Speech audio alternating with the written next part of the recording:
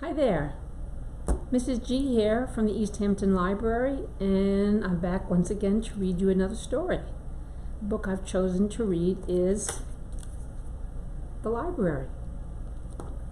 It's by Sarah Stewart.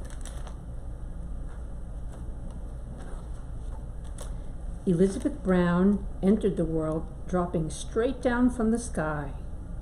Elizabeth Brown entered the world skinny, nearsighted, and shy. She didn't like to play with dolls. She didn't like to skate. She learned to read quite early at an incredible rate. She always took a book to bed with the flashlight under the sheet. She'd make a tent of covers and read herself to sleep. Elizabeth Brown went off to school dragging a steamer trunk.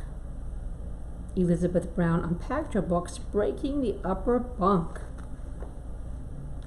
She sat in all her classes and doodled on a pad, adrift in dreams of entering a reader's Olympiad.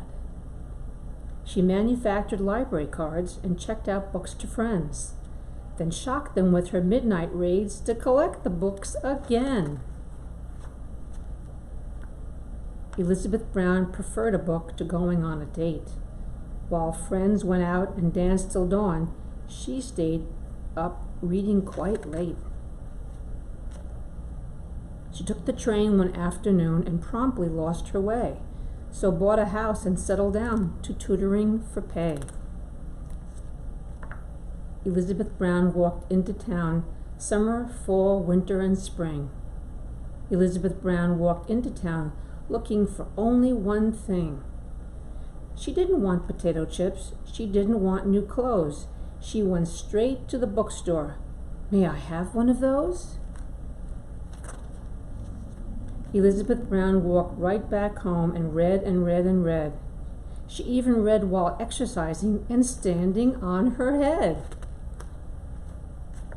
She made a list of groceries and tucked it in her book, then lost the list among the fruits and left with nothing to cook. She read about Greek goddesses while vacuuming the floor. Attending only to her book, she'd walk into a door. Books were piled on top of chairs and spread across the floor.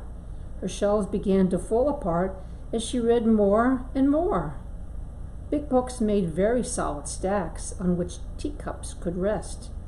Small books became the building blocks for busy little guests.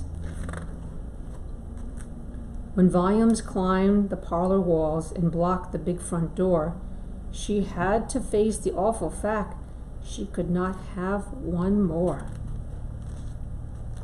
Elizabeth Brown walked into town that very afternoon. Elizabeth Brown walked into town whistling a happy tune. She didn't want a bicycle. She didn't want silk bows. She went straight to the courthouse. May I have one of those? The form was for donations. She quickly wrote this line, I, E. Brown, give to the town all that was ever mine.